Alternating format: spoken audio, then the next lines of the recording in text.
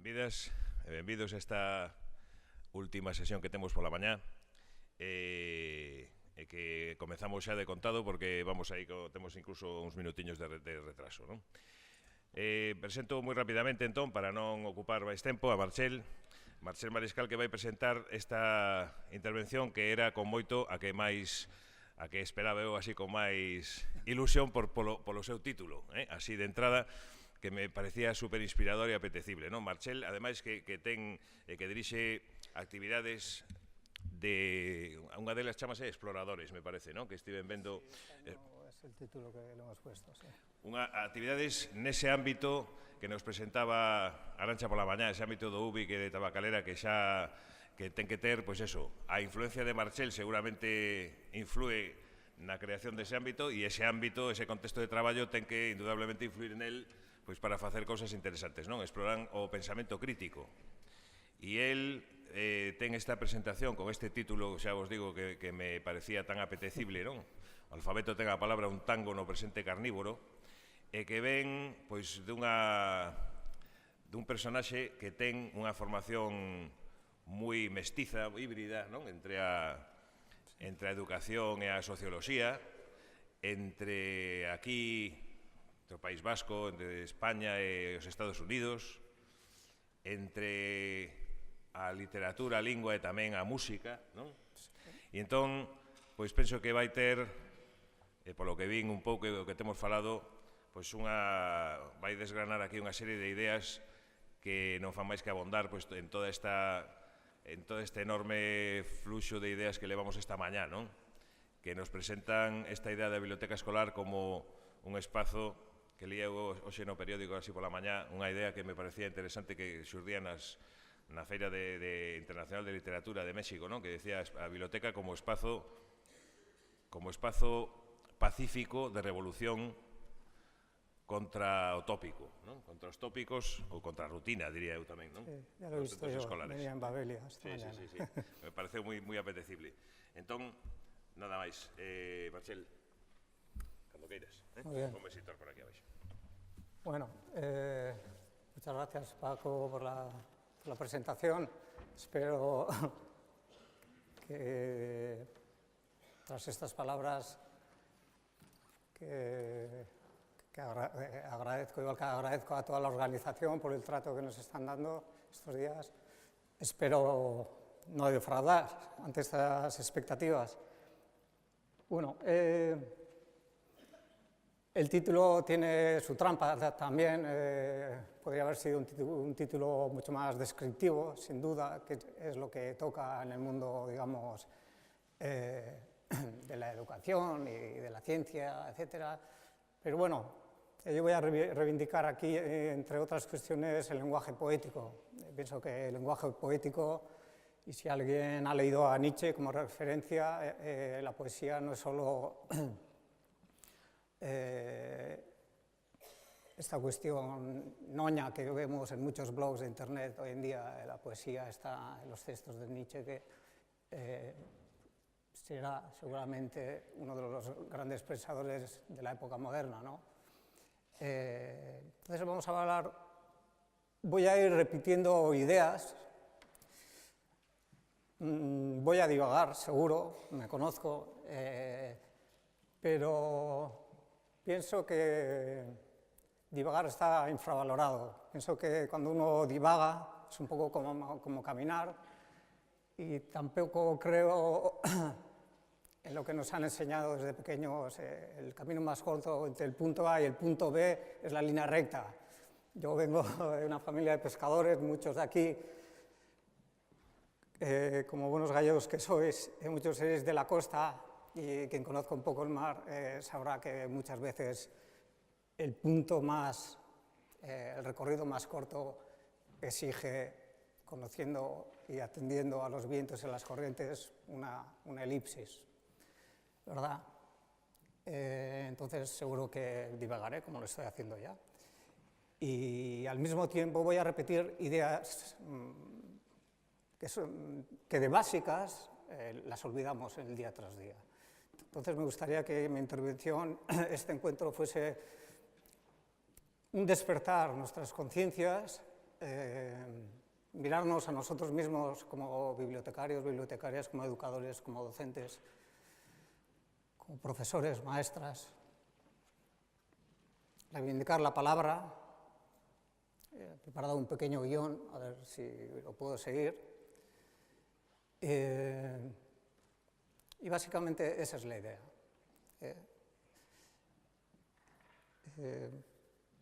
También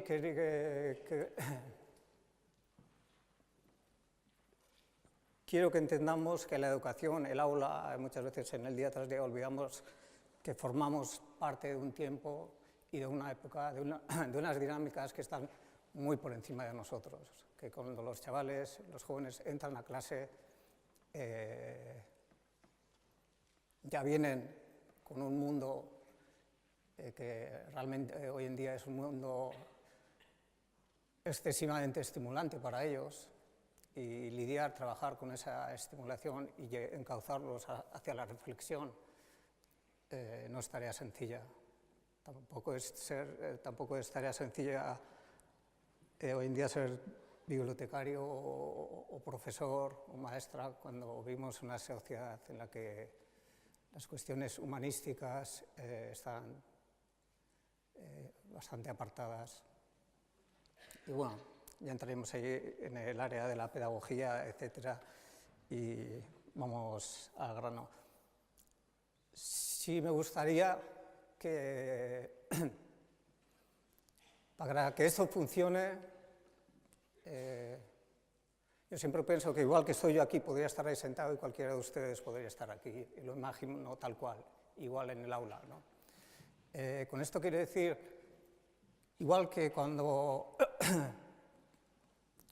tenemos un libro, yo tiendo a pensar que quien da vida a ese texto es el lector, más que el autor.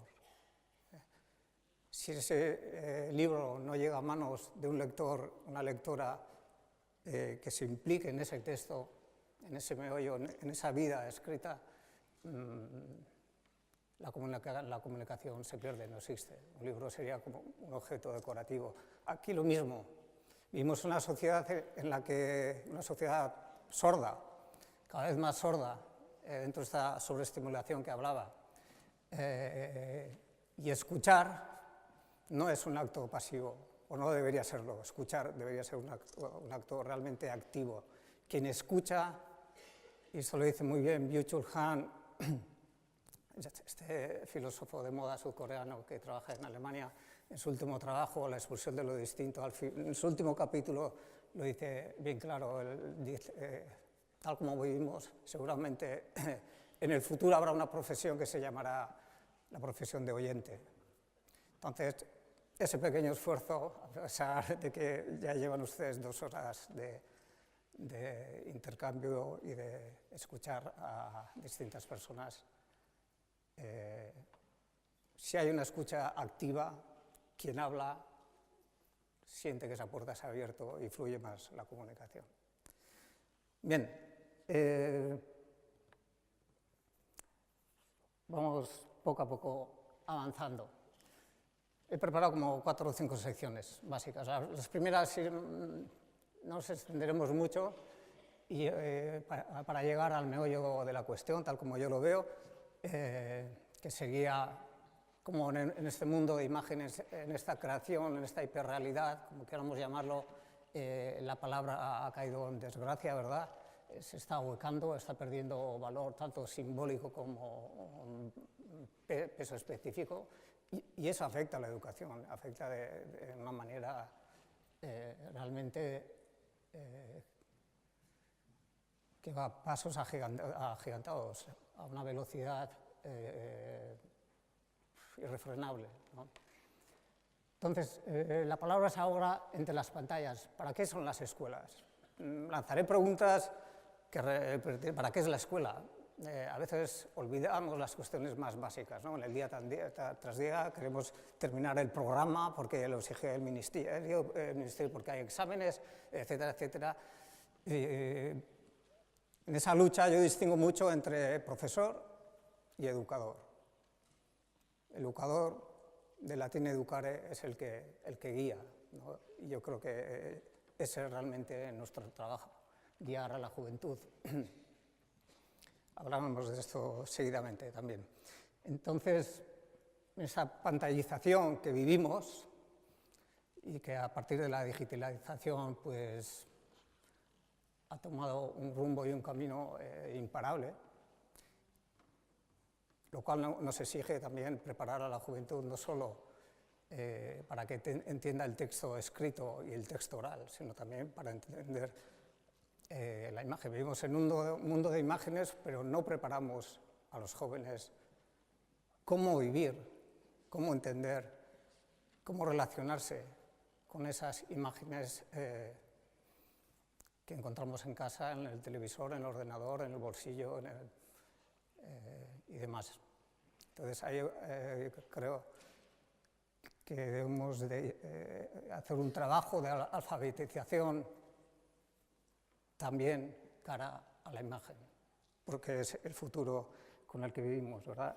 En ese sentido, podríamos traer a colación el mito de la caverna de Platón, ¿verdad? Todas estas sombras, estas imágenes que sustituyen a la realidad, esta hiperrealidad, exige también al docente y al sistema educativo una educación. No solo utilizar el ordenador de clase para yo esconderme y utilizar la herramienta tecnológica como un fin cuando en verdad es un medio, y eso está ocurriendo.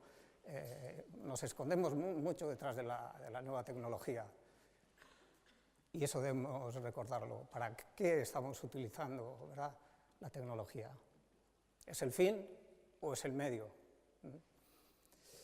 Vale. Entonces, un poco venimos de... Casi todos seguramente hemos recibido el mismo tipo de educación, una educación muy memorística, una educación basada en automatismos, basada en la repetición y por desgracia, visto tanto aquí como en el extranjero, que muchos profesores y profesoras enseñan tal como ellos aprendieron, por mucho que tengamos nuevas tecnologías, ¿verdad? Y eso es algo que casi hemos aprendido con sistemas que prácticamente del siglo XIX, no del XX, pero tenemos que preparar a la juventud del siglo XXI. Entonces, ahí hay un gran trabajo en el cual la escuela no puede seguir siendo un repetir, sino tiene que ser un despertar y ofrecer nuevos caminos, nuevas maneras de actuar, si en verdad queremos llegar al alumno. Es lo que, si no estamos convirtiendo la clase, el colegio, o en un parque de atracciones con las nuevas tecnologías, y ya está. Y es que se vayan para casa, los hemos entretenido y han estado allí, ¿verdad? Y la enseñanza básica no puede ser eso. O en una guardería, me da igual la edad, incluso en la universidad, muchas veces la universidad se parece más a una guardería que a un lugar donde preparar a la gente a encontrar su camino y a desarrollarse como persona, no solo a prestarse en un área concreta de conocimiento. Estamos hablando del desarrollo personal de cada educando, de cada alumno, de cada alumna. Al hilo, esta manera de actuar tiene mucho que ver con el utilitarismo en el que vivimos. Es decir, ¿por qué se arrinconan las artes humanísticas cada vez más? Pues bueno, porque ¿para qué sirve el arte, verdad? ¿Para qué sirve? No vemos un beneficio, ¿verdad?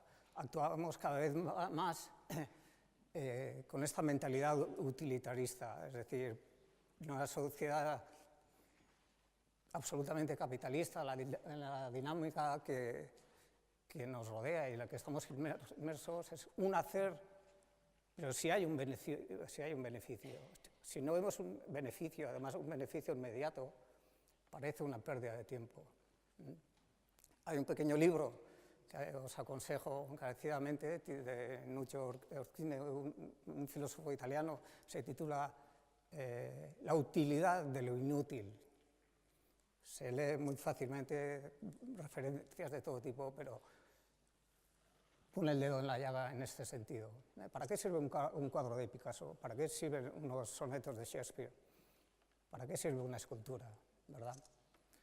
Por eso, si miramos el utilitarismo y entendemos cómo las dinámicas de la sociedad, la escuela sigue las dinámicas de la sociedad, donde hay una manera de actuar claramente jerárquica en sentido utilitarista. Entonces, este utilitarismo lo que produce, lo que genera, es lo que Giovanni Sartori, el gran pensador que escribió Homo Videns, entre otros trabajos, seguro que muchos de ustedes lo conocen, con 90 años todavía seguía escribiendo, publicó La carrera hacia ningún lugar, otro libro realmente recomendable. Creamos una especie de proletariado intelectual y venimos de ya son décadas de un pensamiento insípido, es decir, un pensamiento memorístico, repetitivo, donde las maneras y los moldes se repiten, pero realmente no encendemos la llama que debería ser nuestro trabajo. Pero para encender la llama, uno mismo lo tiene que vivir. Es como con la lectura, hay que leer, hay que leer, hay que leer. No se pueden imponer esas actitudes, hay que contagiarlas, y eso es nuestro trabajo.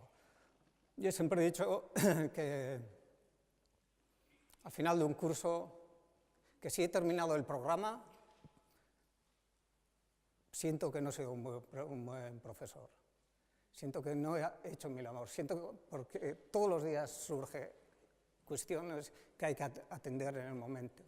Los chavales viven el presente, nosotros vivimos siempre con una perspectiva, ¿verdad?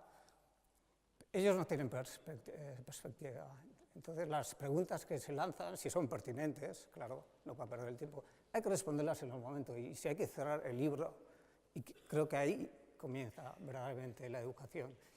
Y si entramos en esa dinámica, seguramente no terminaremos el programa. El problema es que hay que prepararlos para unos exámenes que son oficiales, entonces hay que hacer malabarismos. Este utilitarismo nos lleva también a una competitividad, tanto en el mundo de la educación como fuera de ella. Hay grandes poderes fácticos que les interesa que esta manera de funcionar, que el sistema educativo no avance, sino que repita modelos. Pues hay muchos poderes fácticos, entre ellos pues, la industria editorial, claramente, y ahí podríamos extendernos. Dejamos al lado ministerios y demás, porque entraríamos también en terreno pantanoso. Y pues los centros como instituciones, como empresas que compiten entre ellas, ¿verdad? Para captar al alumnado, cierto tipo de alumnado, etcétera, etcétera. Al final olvidamos las grandes preguntas, lo que hemos dicho anteriormente. ¿Para qué están las escuelas? ¿No? ¿Cuál es nuestra función? ¿Qué recordamos tras nuestro paso por la enseñanza obligatoria? Si hemos tenido una enseñanza obligatoria, una dinámica básicamente de memorizar, pues no hemos aprendido. Seguramente si nosotros tuviésemos que hacer un examen que hicimos, no sé, cuando estábamos en el bachillerato, seguramente lo suspenderíamos. Así de claro, porque memorizamos para pasar exámenes. A los 2 días hemos olvidado el contenido. Entonces, ahí hay un grave problema porque todo ese contenido de valor no tiene su reflejo luego en la sociedad, en el día tras día. Los chavales no lo llevan consigo. Tan pronto como cierran la puerta y han aprobado el examen, se desvanece prácticamente. No quiero ser derrotista, pero creo que hay que apuntar algunas cuestiones y llamarlas por su nombre. Entonces, ¿en qué medida enriquece la escuela? Ya he dicho antes que voy a lanzar preguntas que nos sirvan a cada uno como reflexión, ¿verdad? Son preguntas retóricas, pero si intentamos responderlas, le daremos más sentido a nuestra labor educativa, que si la sociedad de hoy en día no la valora en su medida, nosotros debemos valorarla muchísimo más, porque creo que la educación hoy en día y los profesores y los educadores deberían ser o deberíamos ser un grupo de resistencia, y mejor si fuese una resistencia revolucionaria, ¿verdad? Pero bueno, con cumplir la jornada muchas veces ya tenemos bastante. Bien, lo que decía, memorizar y aprender no son lo mismo, ¿verdad? Aprender significa apresarlo, aprenderlo, llevarlo adentro, hacerlo, que la persona lo haga suyo. La idea es que en todo este panorama que estoy planteando en la introducción, la clave la quiero llevar hacia la palabra, recuperar la palabra. Si queremos contagiar el fuego ese que decía, despertar esa llama, si queremos tener una autoridad simbólica y moral sobre los alumnos, todo empieza con la palabra. Todo empieza con la palabra y la palabra es el instrumento básico. Podríamos aquí hablar compresión de texto escrito, compresión de texto oral, las dificultades no solo de los alumnos, sino de los adultos hoy en día de expresar sus ideas, lo difícil que resulta en esta sociedad tan intercomunicada tener conversaciones de fondo. La palabra es la clave y vamos a avanzar. Todo aquello que comúnmente denominamos conocimiento, al final es lenguaje. Me da igual que uno sea profesor de física, de gimnasia, de matemáticas, de arte, de pintura, de religión, de ética, de civismo, de química, de física, de biología. Todos somos, y luego la siguiente lo repito, todos somos maestros, profesores del lenguaje, todos. Entonces, el lugar que lo otorguemos a la palabra, al final será el lugar en el que colocaremos al ser humano, al joven, al adulto del futuro en la sociedad del siglo XXI. Dicho de otro modo, ¿qué tipo de persona queremos? Ya sé que son preguntas puñeteras, pero las tenemos que plantear. ¿Qué tipo de persona queremos? ¿Qué estoy haciendo con esa persona? Vale, estoy cumpliendo el programa, pero todos recordamos ciertos profesores, igual no eran nuestras asignaturas preferidas, pero aquel profesor, aquella profesora tenía algo que ha permanecido en nosotros. Y cuando pasan los años y a uno lo reconocen en la calle o en otra ciudad y le saludan de lejos y van a darle la mano a uno, dice, algo hemos hecho bien, algo ha permanecido. Y a mí esa sensación me parece lo más maravilloso, de lo más maravilloso que pueda haber en esta profesión. Así de sencillo y así de difícil. Bien, vamos a seguir. Entonces, o dicho de otra manera, si preguntamos qué tipo de persona queremos, es lo mismo que preguntar qué tipo de sociedad queremos. Y nosotros tenemos una gran influencia en ello, o deberíamos de creer que la sociedad de mañana depende mucho de nuestro trabajo. Si no creemos en ello, ¿para qué estamos? Ya están los medios de comunicación y la hiperrealidad y el mundo creado, el mundo virtual para educar a nuestros hijos y a nuestras hijas, y que sí, la publicidad y la propaganda, y que sigan haciendo el trabajo por nosotros. Si realmente no creemos que tenemos un efecto en los chavales, no tiene sentido levantarse y a las 8 de la mañana empezar, ¿verdad?, a trabajar. Pero si creemos en ello, ellos lo notarán. Y ahí empieza la verdadera magia. Palabra de imagen, ¿verdad? Esa es la gran, ahí está el encuentro y la pugna. Vivimos en una sociedad hiperpantallizada, como he dicho antes, por decirlo de alguna manera, y ahí tenemos una gran lucha, ¿verdad? Somos animales simbólicos, nuestro cerebro, el Homo sapiens, hemos llegado a lo que hemos llegado, el desarrollo cognitivo ha sido gracias a la evolución en los símbolos, y ahí entra la palabra. La palabra es lo que ha dado forma a lo que somos hoy en día. Lo que nos distingue del resto de los animales, porque aunque llevemos perfume y ropa bonita y nos peinemos y nos pongamos gomina y demás, somos animales, así de claro.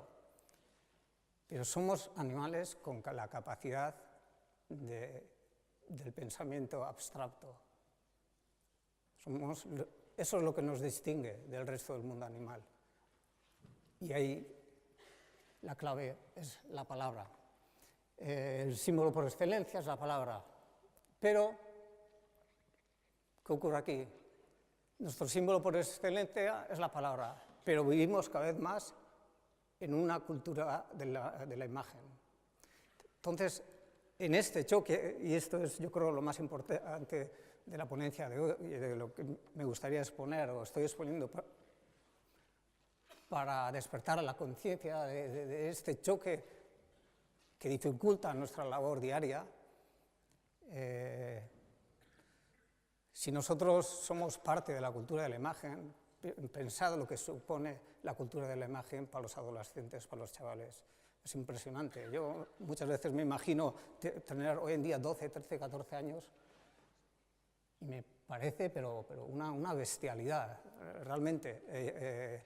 Es un mundo fascinante en el que estamos viviendo y es una suerte que vivamos en este mundo de avances y demás, pero al mismo tiempo esta sobreestimulación que va en contra del pensamiento reflexivo, en contra de la calma, en contra de la serenidad, en contra de la capacidad de los jóvenes de crearse un relato vital. Yo me pongo en lugar de ellos y digo, probablemente me volvería loco. Y el profesor, el educador, la profesora, ahí tiene mucho que hacer como a nivel de guía, no solo en cuanto a los contenidos de clase, sino a cómo encarar el mundo en el que estamos viviendo. Entonces, yo lo llamo la raíz del drama. Drama no tiene muchos sentidos, no quiero ser trágico, pero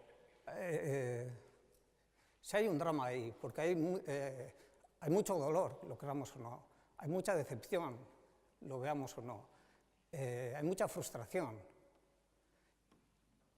Y en esa frustración continua, en ese tener que exponerse, en ese tener que estar presente continuamente en las redes sociales y demás, esa hiperrealidad de la que vamos a hablar ahora, es muy difícil desarrollarse como persona.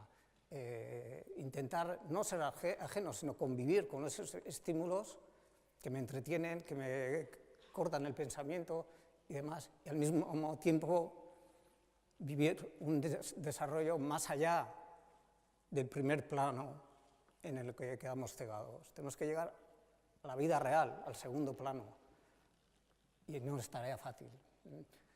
Entonces, a la pantalla lo he llamado el gran francotirador. Más que nosotros estar mirando a la pantalla, a veces pienso que es la pantalla quien nos está mirando. Detrás de la pantalla hay millones y millones y millones de dólares y euros invertidos, millones de personas, ingenieros técnicos, filósofos que están trabajando detrás de la pantalla. Entonces, son ellos quienes están modulando nuestros hábitos, nuestra nueva manera de vivir, al fin y al cabo. ¿Y cuál es la diana preferida? Pues en esta sobreestimulación la mirada preferida y esta dificultad la encontramos en el día tras día como docentes, es la reflexión, la serenidad, la profundización. Incluso a nosotros cada vez nos cuesta más como adultos coger un libro, por ejemplo, y sentarnos a leer. Podemos hablar de falta de tiempo y podemos hablar de 1000 cuestiones. A mí me fastidia mucho, por ejemplo, que se hable hoy en día del... No, es que somos multitask, ¿no? Somos multitarea.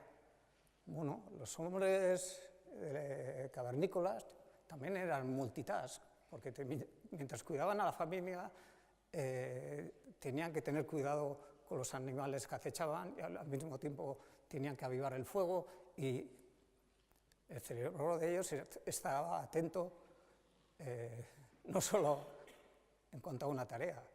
Entonces, eso de que somos multitask yo creo que es una gran falacia, es una manera de decir somos más desarrollados que nuestros antecesores, que nuestros abuelos, mentira. Pensar solo en la capacidad memorística que tenemos hoy en día. No, por la edad, infiero que la mayoría hemos vivido el mundo analógico, ¿verdad? No somos ahora algún millennial o la generación de la generación Y, pero hemos vivido este cambio de paradigma y esta transición. Yo por lo menos, y nunca me he destacado por mi memoria, pero sabía los teléfonos de mis amigos, sabía los teléfonos de tíos, de primos. Hoy no sé el teléfono de nadie, ¿verdad? Es un ejemplo muy sencillo, bueno, para ilustrar un tema mucho más profundo.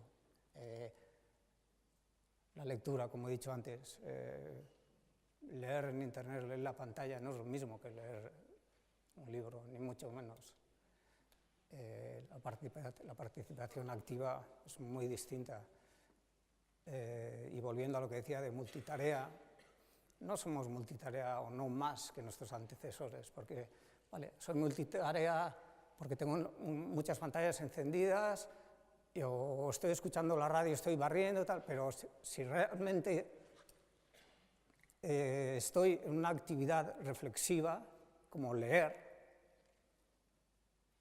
no puedo leer y hablar al mismo tiempo. No puedo escuchar la radio y leer al mismo tiempo. No puedo mantener una conversación, un discurso, una profundización en las ideas y al mismo tiempo estar tocando la guitarra. Entonces, ¿qué me estáis diciendo? ¿Que soy multitask? Seguramente mis abuelos eran más multitarea que nosotros. Entonces, no saquemos pecho, sino analicemos todas estas palabras y estos términos que nos están intentando vender para creernos muy modernos. Bueno, entonces yo creo que el gran trabajo nuestro es hilvanar el lenguaje oral, la palabra tal como la entendemos, la palabra escrita, la palabra dicha, pero también el lenguaje visual, lo que he dicho al comienzo. Una cosa no quita la otra, es más, estamos obligados a vivir, es el destino de esta sociedad, vivir con la imagen, que es una representación de un mundo, una representación que al final sustituye a la verdadera realidad. Entonces, no podemos decir, hay que apagar la tele, hay que apagar el móvil, hay que apagar esto, tal, porque eso no funciona. Lo que hay que hacer es enseñar el lenguaje visual, enseñar a decodificar ese lenguaje, porque somos muy manipulables, y los chavales más, en nuestra actitud pasiva ante la pantalla, y enseñar a producir textos a través del lenguaje visual. Yo creo que hilvanar ambos lenguajes, cada uno con sus características, es el gran reto del educador hoy en día y cara al futuro. Hiperrealidad es un término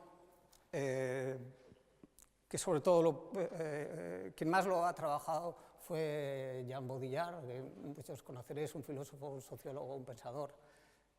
Tiene libros que ya son clásicos, como El crimen perfecto o América. Él analiza sobre todo la sociedad de Estados Unidos, que al final hemos ido copiando la dinámica estadounidense, la parte mala, la buena no. Entonces, cuando lo falso es lo verdadero, es subtitulado. Vamos a indagar un poco en ello. Lo real, lo físico, lo que antes decía, vamos a llamarlo lo analógico, lo material, lo palpable, lo sensorial. Desde que irrumpió la televisión en los años 50 en Estados Unidos, ha pasado a un segundo plano. Estamos viviendo más la representación de la realidad, esa escenografía que vemos en la televisión, porque lo que vemos en las pantallas no es la realidad, es una representación de la realidad. Eso tenemos que tenerlo muy en cuenta. ¿Por qué? Porque esa realidad construida, esa hiperrealidad, es muy seductora. Y en esa seducción caemos todos. Y nosotros que tenemos más armas como personas adultas, bueno, pero los jóvenes, los chavales, si no los educamos, de ahí muchas frustraciones, de ahí entender mal las relaciones personales, las relaciones de pareja, de amistad, etcétera, porque lo que nos presentan en las pantallas, muchos intereses, como hemos dicho anteriormente, y esa representación, esa escenografía, es lo que estamos viviendo, y estamos apartando las verdaderas emociones, la verdadera comunicación, y luego cuando ocurre algo y pisamos la tierra, nos sentimos desarmados, ¿verdad? Entonces, otra manera de decirlo es que el significante se convierte en lo significado. Otra vez, la palabra es la clave para hacer de intermediario entre estos dos mundos, y la palabra es la clave para crear comunidad, que es lo que intentamos hacer en los centros educativos, en el aula. Bien, la escuela como institución, otra pregunta, es el último reducto ante esta hiperrealidad. Si uno piensa en instituciones, ¿qué nos queda ante estas grandes potencias, estas grandes empresas que nos muestran una hiperrealidad, una copia interesada de la realidad? ¿Qué nos queda como resistencia, como lugar de reflexión ante todo este montaje? Porque es un montaje. Lo último que nos queda, yo creo que es el sistema educativo. Y entonces tenemos que tener esa conciencia de, bueno, pues como Asterix y Obelix un poco, ¿no? Ahí está esa aldea y va a resistir. Yo creo que esa sensación de resistencia, y ojalá, como he dicho antes, ojalá fuera de revolución, pero lo veo muy difícil, pero bastante hacemos con resistir y sigamos resistiendo, pero desde una actitud positiva, porque desde el pesimismo no se puede crear nada. De crear algo tiene que ser desde una actitud de valor, de energía, de positivismo, no este positivismo insulso que nos venden de, you can do it, ¿no? Puedes hacerlo, tú puedes, no. Un positivismo crítico, una militancia bien entendida, quiero decir, creer en lo que hacemos, nuestra labor, porque nuestra labor, aunque no estamos en Finlandia y no nos van a poner en los altares, aquí donde vivimos, aunque no estemos reconocidos en la sociedad y cara al público y cara a los padres, no estamos reconocidos como deberíamos estarlo, ni los ministerios creen en nosotros, pero creamos nosotros en lo que hacemos y contagiemos, vamos a transmitirlo, ¿verdad? No solo es pasar contenidos, sino sobre todo una actitud. Vamos a seguir. Yo creo que en este panorama que estoy presentando y que creo que, bueno, peor que mejor, pero vosotros desde vuestra escucha activa creo que os estáis quedando con la esencia. Yo creo que estos son los grandes enemigos que tenemos a la hora de educar. No solo a la hora de educar, sino nosotros como personas que vivimos en el mundo actual. La primera sería el homo consumans, ¿verdad? El homo consumans somos consumidores natos. Las razones están claras. Acaba de pasar Black Friday y demás, y Cyber Monday, y bueno, hoy podríamos hablar de muchas cosas. Somos hiperconsumistas, el consumismo nos define, el consumismo es una identidad hoy en día, y eso es así. Al mismo tiempo hemos dicho que vivimos ante la pantalla, el homo videns, que se deja seducir y no reflexiona. Entonces mantiene esa actitud pasiva. Y este cúmulo de circunstancias va en contra del pensamiento crítico reflexivo, va en contra de lo que hemos sido durante mucho tiempo o hemos intentado ser el Homo sapiens, ¿verdad? La persona que piensa, que analiza, que se detiene, que no se deja llevar o intenta por lo menos buscar un camino propio. Todas estas ideas están entrelazadas, ¿no? Si hablo de Narciso, luego haré referencia a Máximo Recalcati, un libro totalmente recomendable para quien no lo conozca. Él es psicoanalista, pero su último libro es La hora de clase.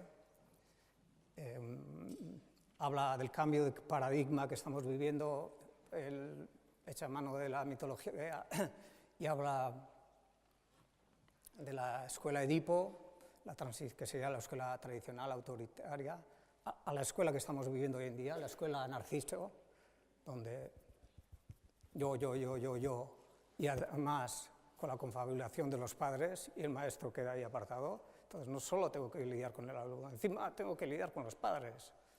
Y esa es nuestra realidad, porque mi hijo, sería otro, mi hijo no, mi hija no. Y entonces él lo que plantea es que de la escuela Narciso tenemos que pasar a la escuela Telémaco, que sería, la idea es, Telémaco volvió para buscar a su padre. Entonces, la idea de buscar la autoridad bien entendida, no la autoridad jerárquica que impone, sino la autoridad, que nosotros somos la autoridad en clase, pero bien entendida, somos la autoridad moral, pero lo tenemos que ganar día a día con nuestro trabajo. Si queremos ser una referencia, entonces seremos una autoridad legítima. Y eso, en el cambio de paradigma social, el mundo moderno al posmoderno y tal, como estamos viviendo, tenemos que llegar a ello.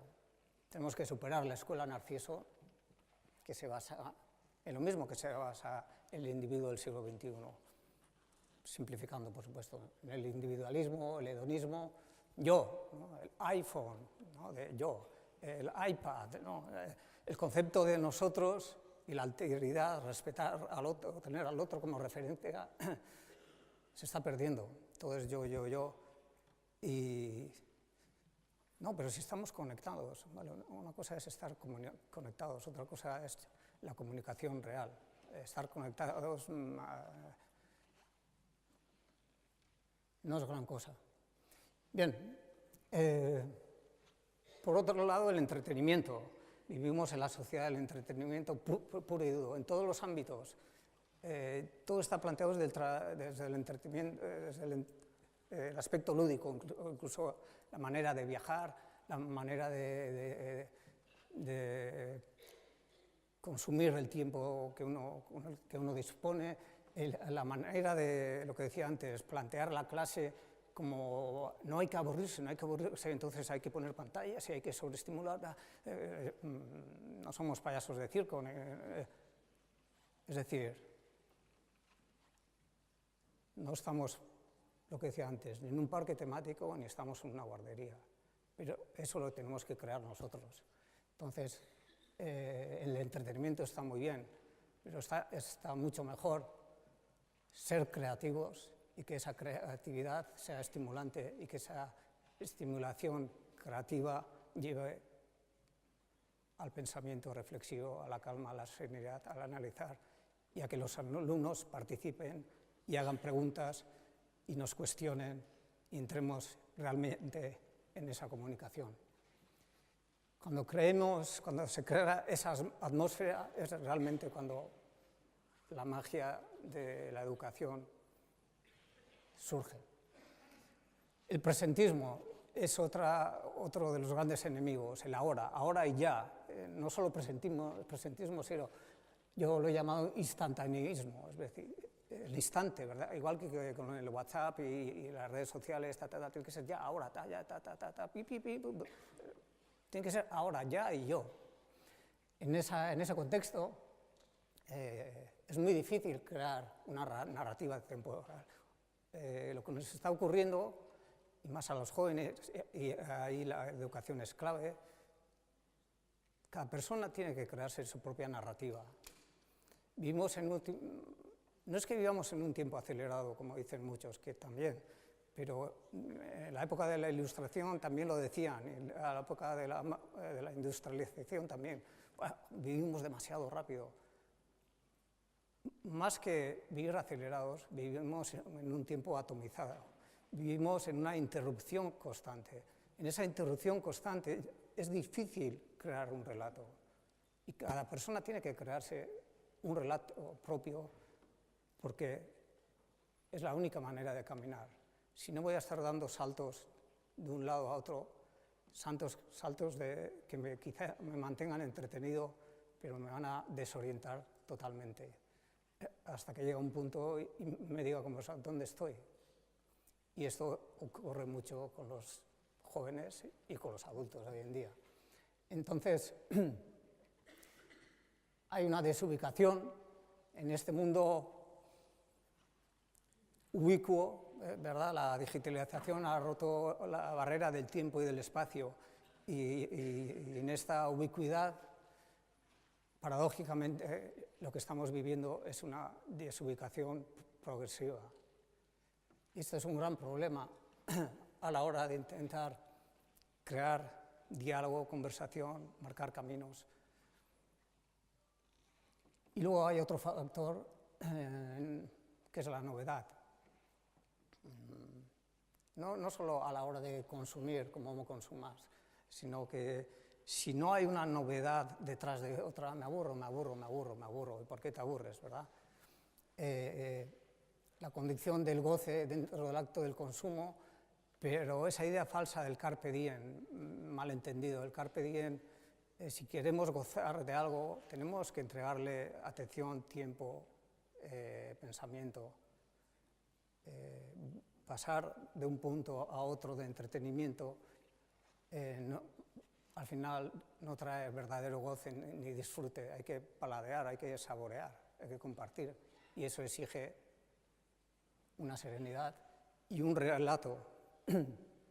Bien, Fiore, el cambio perpetuo versus la escuela repetición, ¿verdad? Entonces, este es el mundo que tenemos y si ante ello lo único que vamos a ofrecer como posibilidad de cambio es una escuela que se basa en la repetición, pues estamos mal encaminados. Tenemos que exigirnos muchísimo más, ¿no? Es el gran reto hoy en día, yo creo. Por un lado, tenemos la rutina. ¿Las nuevas tecnologías son la solución? No, las nuevas tecnologías son herramientas fascinantes que tenemos que saber utilizar y que tenemos que enseñar a utilizar. Pero en poco tiempo, las nuevas tecnologías también crean rutina. Otra vez, la palabra es la clave. La palabra como símbolo, la palabra como compromiso. Suena un poco a iglesia, esto de palabra como compromiso, pero es verdad. La clave está ahí. El aburrimiento, ¿verdad? Me aburro, como Homer Simpson, ¿verdad? Se pasa, estoy aburrido, me aburro, como paradigma de persona del mundo avanzado, civilizado, ¿verdad? El aburrimiento. Bueno, ¿qué tiene de malo el aburrimiento? Hay dos tipos de aburrimiento. Uno, digamos, que es maligno, y hay otro tipo de aburrimiento muy positivo. Muchas grandes ideas que han cambiado comunidades y sociedades han surgido a partir de un aburrimiento bien entendido. No hacer nada a veces es mejor que hacer cualquier cosa. Y eso es lo que está ocurriendo. Estoy multitask, haciendo ¿qué? Cualquier cosa. Muchas veces, cuando paro el pistón, en ese aburrimiento quizá surja mi capacidad ya olvidada de, ¿verdad?, vita contemplativa versus vita activa. La contemplación, la mirada. Cuando hablamos de pensamiento crítico reflexivo, estamos hablando. El cerebro nuestro actúa por sí mismo, está pensando continuamente. Entonces, primero, pensamiento entendido como razonamiento, como juicio, como análisis. Crítico, que viene del griego, significa distinguir lo bueno de lo malo. Y reflexivo, que es el segundo apellido que a mí me gusta añadir, reflexum, que viene del latín, significa regresar, volver atrás. Entonces, si yo consigo preocuparme por tener un mínimo de vida contemplativa, analizaré, observaré, haré lo externo mío, lo interiorizaré, es decir, hago un viaje de ida y reflexión, de reflexión. Lo paso por mi filtro y lo hago mío y lo entiendo. Y eso es el pensamiento crítico reflexivo. Y eso debemos estimularlo o provocarlo. Bien, vale. Retos, preguntas con todo esto, ¿verdad? ¿Cómo insertamos la escuela en nuestra sociedad avanzada? Vuelvo a repetir la misma pregunta de distinto modo. Bueno, yo voy a mirarlo aquí mientras lo leéis, porque si no me voy a quedar. ¿Cómo puede la escuela contrarrestar? Y llegamos a otro punto clave, el derecho de infantilismo para todos. El tema del infantilismo también nos daría para hablar horas a la hora de analizarnos a nosotros mismos y las dinámicas en las que hemos entrado. Todos estos derechos que reivindicamos, derecho de realidad lúdica, otra vez, yo, mis derechos, ¿qué pasa con las responsabilidades, verdad? Y con ello una creciente necesidad de olvido de sentido, la evasión, unido con el presentismo, el acto de consumir continuamente, el hedonismo, todo lo que hemos dicho. Entonces, es un huir del peso del gobierno de uno mismo. Y llegamos a esto, a la irreflexión, a un mundo totalmente ligero, pero que pesa mucho. Esa es la gran contradicción. Vivimos en una ligereza que es la ligereza, como decía Paul Valéry, hay que ser ligeros no como la pluma, sino como el pájaro. Es decir, la pluma, para seguir su camino, no tiene un camino trazado, no se preocupa por el camino, depende de los vientos, depende de agentes externos. Pero el pájaro, que es ligero, ¿verdad?, trazas su camino, sigue su ruta, y tenemos que ser ligeros como el pájaro, no como la pluma. Si no, la ligereza, esta es una de las grandes contradicciones del mundo de hoy, se convierte en algo muy pesado, realmente pesado. Perdón, estoy viendo el tiempo y me estoy extendiendo demasiado. Bueno, intentaré ir un poquito más rápido o lo que me digáis. Vale, creo que no he calculado bien. me encanta esta reflexión de Harlan Ellison, un escritor aquí no es conocido. No tienes derecho, porque estamos hablando de derechos, a una opinión. Y dicho así, como que no. Que tienes derecho es a una opinión informada, es decir, nadie tiene derecho a ser ignorante. Dicho de otra manera, vivimos en el mundo de las opiniones, pero en un mundo carente de ideas. Sintamos en el mundo virtual, todos son yo y mi opinión, y mi opinión, pero no hay análisis, no hay contraste, es acción, reacción, acción, reacción, acción, reacción, acción, reacción. Carecemos de ideas. Voy a, para tener un ratito para, si queréis, lanzar preguntas, voy a saltar, claro, aquí entramos en algo un poco, la palabra y estilo, volviendo a la idea principal que me gustaría transmitir. La clase debe ser vivida como un acontecimiento, ¿verdad? Cuando ocurre un acontecimiento, las cosas dejan de ser una repetición de sí mismas y pueden ocurrir muchos cambios de dinámica, ¿verdad? Tenemos que provocar estos acontecimientos en el día tras día. La palabra entendida desde su poder de arropar, de dirigir, nuevamente sería la clave. Con ello el estilo, pero lo que ocurre es que con el estilo cada profesor tiene su estilo propio, igual que cada persona tiene su estilo. El estilo no es una técnica que se pueda aprender, el estilo de cada uno y en la educación es clave, porque yo por palabra puedo estar intentando transmitir algo, pero si mi estilo no va con ello, los alumnos lo ven enseguida. Entonces, el estilo, concienciarse sobre ello, mi manera de actuar, de dirigirme y de interactuar con los alumnos, es clave.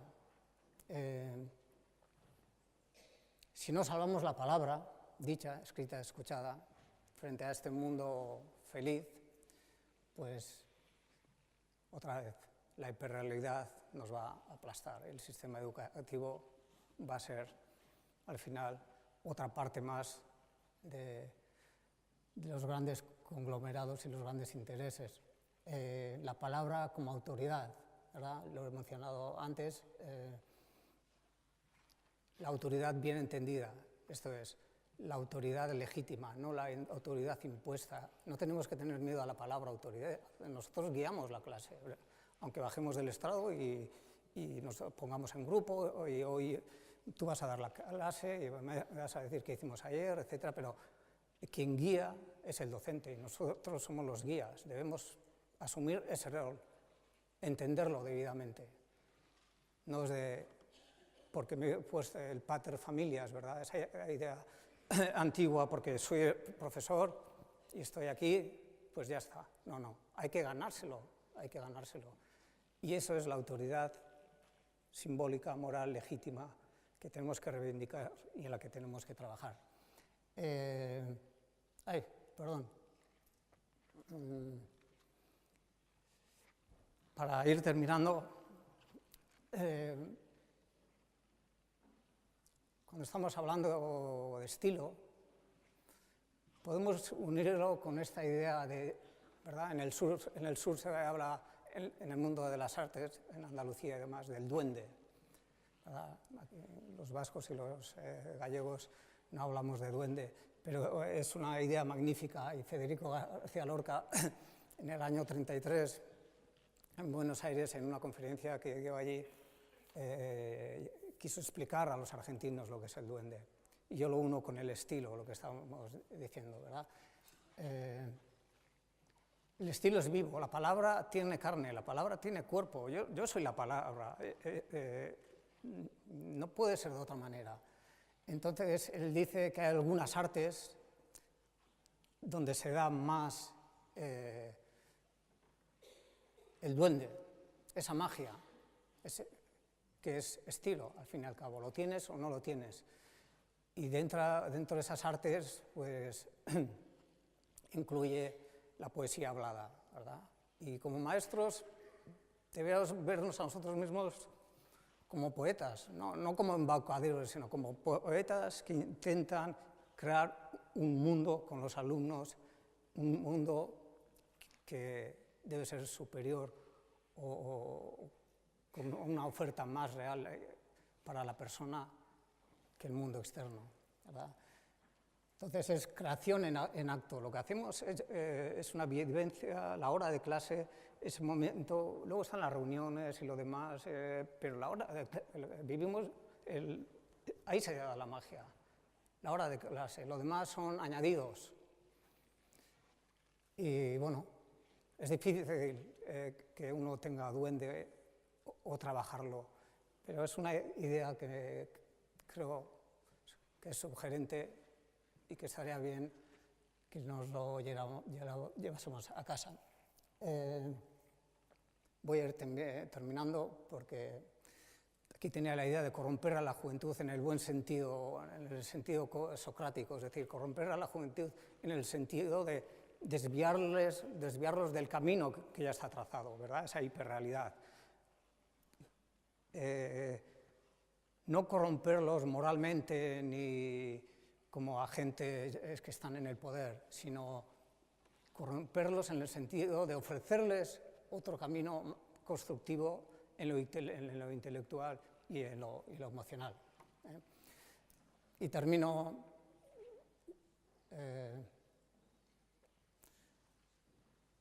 bueno, vamos a terminar con esta cita de Neil Postman, que es un sociólogo canadiense, discípulo de McLuhan, ¿verdad? Todo eso que hemos oído muchas veces, el medio es el mensaje o el medio es el masaje, el medio es la metáfora también hoy en día.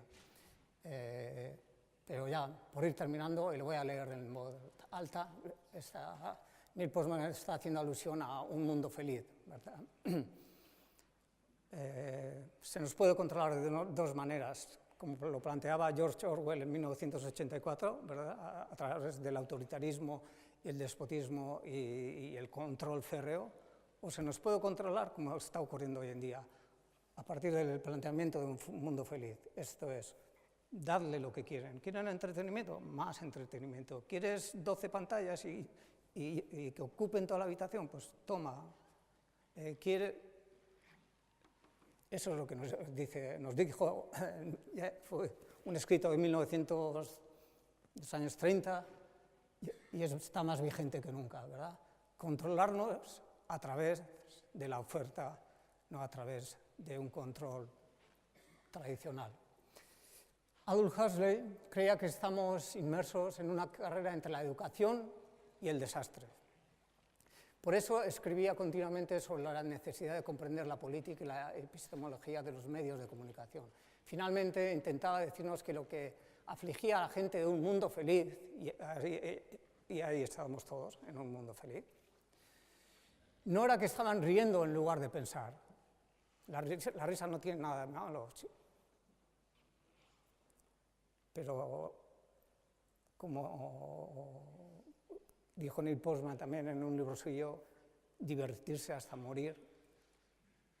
Ahí tenemos un problema. Reírse es necesario, sin duda, pero también pensar.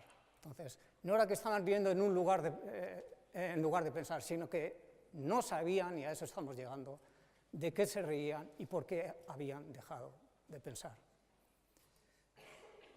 No he calculado bien el tiempo, pero creo que las ideas principales están ahí. Debemos de ser exigentes con nosotros mismos. El sistema educativo debe ser exigente consigo mismo. Tiene que revisarse continuamente. Y como, para que quede bonito, para terminar, como decía Bob Dylan en una canción, quien no está ocupado naciendo, está ocupado muriendo.